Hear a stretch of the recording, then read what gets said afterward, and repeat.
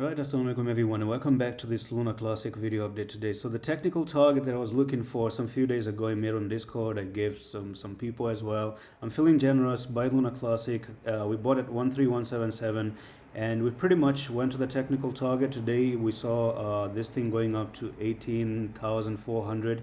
Now there's this thing I want to tell you that whenever I feel generous, I tell people to message me. And this time I'm feeling generous. There's one coin I've researched that may actually do like a 2-3x in the next coming couple of weeks, maybe 2-3 weeks, right? Or maybe even 2-3 months, I don't know. But the thing is, it's going to actually give us a profit, and I think it's a very win-win situation. I've actually analyzed way different coins.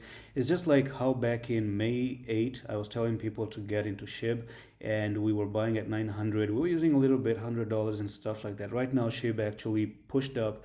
Luna Classic pushed up. All you have to do is click on this Discord link on the description where you see be my friend, and when you come there, go to the announcement, click on my name and tell me what coin is it, Adam. That's all, and I'm going to give you a reply back. So you really got to do this on my DM.